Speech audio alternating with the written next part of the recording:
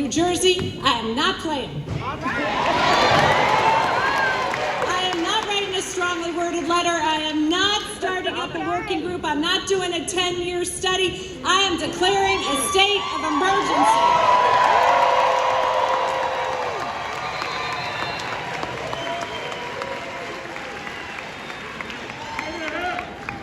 But it's not just utility costs. I also hear all across the state from New Jerseyans who tell me they can't afford to live and anywhere to live and about skyrocketing rental prices. I'm taking on those landlords who are colluding to drive up your rents, and I'll expand first-time home buyer assistance to get you in that first home, get your foot in the door so you can have a shot.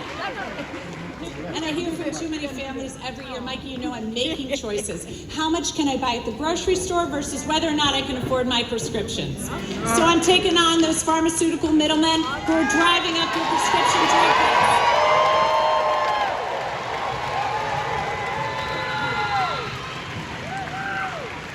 So as governor, I'm going to create real change so you can afford to stay here in this state, but my fight doesn't and can't end at the border of New Jersey. That's right. We've got to take on all those hits coming from Trump and Washington, D.C. Because right now, the president is running a worldwide extortion racket. But an active, stubborn belief that a better future is possible if we work hard and fight for it. So, New Jersey, are you ready to work? Are you ready to fight hard for a future? Are you ready to make sure that every single one of your neighbors, your friends, your frenemies head to the polls between now and Tuesday? That's what I thought. Nope, that's what I knew. Because I know the fight that defines our state. And New Jersey, I'm ready too. So, would you help me give a very loud New Jersey welcome to the 44th president?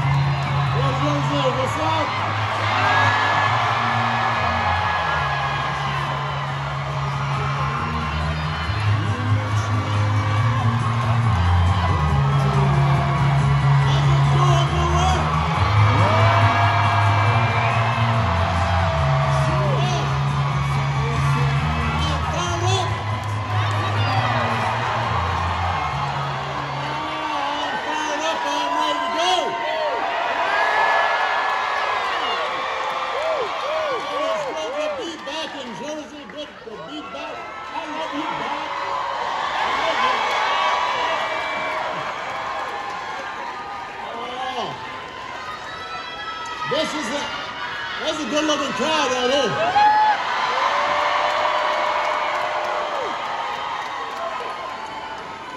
It is good to be back. It is good to be back in Jersey. Good to be back in Newark.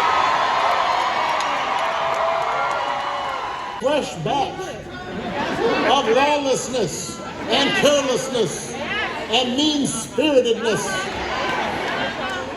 and just plain old craziness. We've got a president who thinks it's okay to use the Justice Department, just for example, to use the Justice Department to go after his political opponents. And wait. Here's a rule. You can't boo. You gotta vote.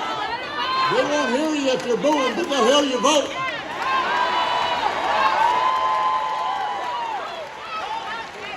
So you got a president who replaces career prosecutors with loyalists who will do his bidding, and now he's telling them to hand over millions of taxpayer dollars that he had to pay in expenses for previously violating the law. We've got a commander-in-chief who has fired decorated military officers because he thinks they might be more loyal to the Constitution than they are to him. Well, don't move. He's deployed the National Guard in American cities and claimed to be stopping crime waves that don't actually exist. We got masked ICE agents pulling in unmarked vans and grabbing people off the streets, including U.S. citizens. Don't move. Grabbing them on the suspicion that they don't look like real Americans. We've got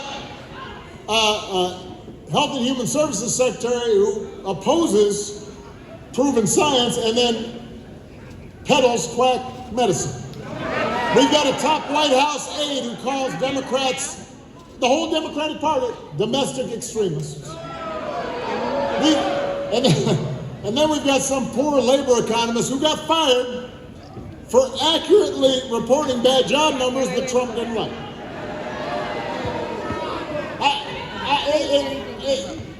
It's like every day is Halloween. Except it's all tricks and no treats.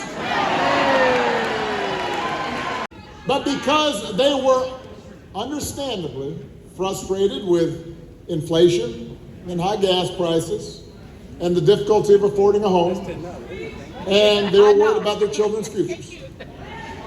Now, 9 months later, you got to ask yourself, has any of that gotten better? No! Is the economy working better? Because it sure has gotten better for Trump and his family. Since he's been in office, the family crypto business and other ventures have made hundreds of millions of dollars and getting investment from foreign nationals and rich folks looking to stay in the president's good graces. The economy has been really good for some of Trump's billionaire friends. And it's been good for some finance bros and well-connected corporations who've seen their tax bill go down and don't have to worry about all those pesky regulators anymore. But for ordinary families, for you, your neighbors, your friends, costs have not gone down, they've gone up. Partly because of Trump's shambolic tariff policy. Young people, they're not having an easier time. Young people trying to get a start in life are having a tougher time than ever finding a job. Entry-level hiring is down 16% from last year. Hundreds of thousands of federal employees have lost their jobs to pay for those billionaire tax cuts. We're talking about people who dedicated their lives to public service and helped make this country work. Meanwhile, the government is shut down, which means small business loans are suspended and help for vulnerable people is delayed. Healthcare premiums for millions of people are about to double or even triple next year. So, listen, I don't know many people who started their careers as a Navy helicopter pilot, then went to law school, then became a federal prosecutor, keeping communities safe, and she's doing this while raising 4 kids. And then because apparently that was a little bit too easy, she decides to run for Congress.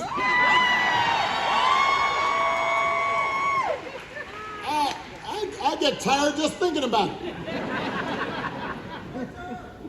But I do know that it makes her the kind of leader who understands the mission, who knows who she is supposed to serve, who doesn't have a lot of time for excuses. And that is exactly what New Jersey needs right now.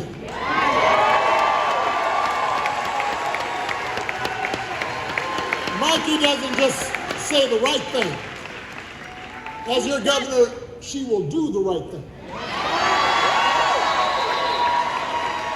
She understands that government can make a difference in people's lives by educating our kids for the jobs of the future, keeping our air and water clean, protecting consumers from fraud and dangerous products, providing a safety net for seniors and folks with disabilities, investing in the infrastructure and scientific research that drives economic growth. She knows what government can do, but she also knows that good intentions alone are not enough.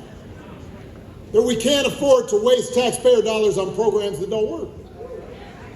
And that instead of simply tearing down government, it's her job to make it work better for you. Thank you. You've heard Mikie talk about bringing costs down for working families. Remember how Donald Trump declared a quote-unquote state of emergency so he could put tariffs in place that are now driving up costs for you? A tax on every family in America. On her first day as governor, Mikie will declare a state of emergency to bring costs down, starting with utilities. She's going to create more energy right here in New Jersey because more supply means lower bills. She's going to take on the state's grid operator to stop them from driving up costs. That will affect your pocketbook in a good way. As a mom of 4 kids, Mikie knows what parents see every day. So she's got plans to put more physical and mental health resources in schools. She's going to make tech companies do more to keep kids safe online. She'll invest in high-impact tutoring to get kids who are struggling back on track. And she's going to make sure you can see exactly where your tax dollars are going and whether the programs you are helping to fund actually do what they're supposed to do. Mikie will work with anyone if it helps the people in New Jersey. And she will listen to everyone too, whether they voted for her or not.